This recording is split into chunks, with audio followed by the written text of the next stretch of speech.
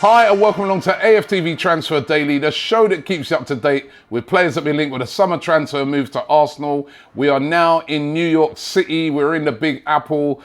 Big up to all of the Arsenal fans that I met yesterday. We were doing some filming down at Times Square. It was brilliant. We linked up with the guys from United View with Flex and KG, done some great content. You've got to check it out. It's really, really funny. Arsenal fans, Man United fans, everybody's in town for the big game, which is happening on Saturday night. Arsenal versus Manchester United. So big up to all of those fans. And then we went to an Arsenal event after that. Again, another one of those excellent Gooner versus Cancer events that was put on by Mike. I've got to big up Mike. I love his passion. I love what he's doing with his charity. He's been raising a lot of money throughout this tour. And there was also loads of Arsenal fans in there from Nebraska, from Arizona, from New York, of course, from everywhere, from Miami. You know, big up to Harvey, who we met. Harvey, who's regular, comes on to AFTV. He's up here. He's come up from Miami for the game. So everybody absolutely buzzing, and everybody's just talking about the same things. They're all really positive about Arsenal at the moment. They're all loving the signings that we've been made, and they're all excited for the big friendly that is coming up against Manchester United. Who will play in that friendly? Will we see Thomas Partey play? Of course, who's over here now. There was a lot of rumours circulating before that Partey, because he hadn't travelled in the original party, right? A lot of people was thinking, well, maybe that's a signal that he's definitely off. There's been rumours linking him with Ali over there in Saudi Arabia. Lots of things like that. So there's still this doubt. Is he going to stay? Isn't he? But the good news is he's here. And you never know. He might get a run out into that Manchester United game. And it'd be really, really good to see him there. But if we do sell him, who comes in instead? That's a rumour that keeps going around. And we've heard all the Lavia rumours and various different players being linked. But this one was really interesting today. That Arsenal have been linked with a move again for Douglas Luiz of Aston Villa. Now, if you remember, last summer on deadline day, Arsenal tried to put in a last-minute bid.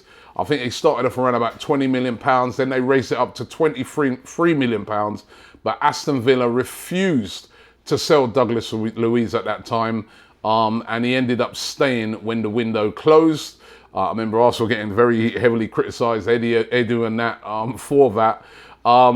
It was a deadline day move that didn't materialise. And then after that, shortly after that, to the surprise of many people, because Douglas Luiz was in the last year of his contract, he signed a new deal with Aston Villa, because a lot of the thought was that Arsenal would go back in for him again in the January transfer window. But he signed a new long-term deal and was staying at Aston Villa. Now, this summer, more rumours have started to emerge of him possibly leaving Aston Villa.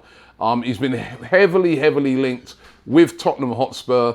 They're going to be, moving on Højbjerg, Pierre Højbjerg, that plays in their midfield. Looks like he's going to be moving on to Italian football, and they want a replacement for him, and they've identified Douglas Luiz.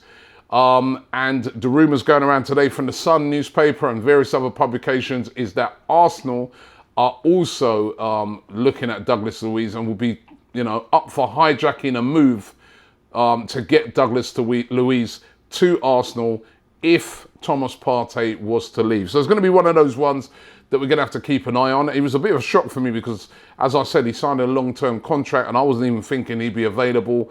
Of course, we bid last year 23 million for him. Now, Aston Villa, if they do sell him, they're going to want about 40 million for him because, he's on a long-term contract. He's still quite a young player. So whether Arsenal will reignite their interest and go back in for him is one that I'm not too sure about. But let's see how that one develops out. And I was just shocked that he might even possibly be available. But Douglas Luiz being linked today with a move to Arsenal. Elye Wahi is another player that could be subject to a hijack move by Arsenal. Now, Wahi, of course, the youngster, only 20 years of age, who plays for Montpellier over there in France. 19 goals he scored last year in 31 league appearances in the French league. And, you know, for 2 seasons now, he's been a player that's been attracting a lot of interest from a lot of the top teams. Really lightning quick player, a really good finisher, and still only 20. Definitely a really, really big prospect. Now, Chelsea have said to be the favourites to sign him. They've been taking a close look at him. We know that they're on the lookout for a striker. We know that they've already said to Lukaku that they're not going to retain Lukaku. Now, the French outlet RMC, they claim that Arsenal might try and hijack this deal and make a move for him as well. Chelsea have said to be preparing a bid said to be worth around £28 million, but Arsenal might be up for trying to hijack this deal. Now, I don't know, this is a weird one for me again because we've got Balogun. Balogun also tore it up in the French league. As a matter of fact, scored more goals than Wahi. And we're looking to sell him, or, you know, the rumours are we're looking to sell him. Why would we then go and invest it in another player who played in the exact same league, and we've already got a player who played in that league and did well? I've got my doubts on it, but again, RMC claiming that Arsenal could hijack that move by Chelsea. So we wait and see.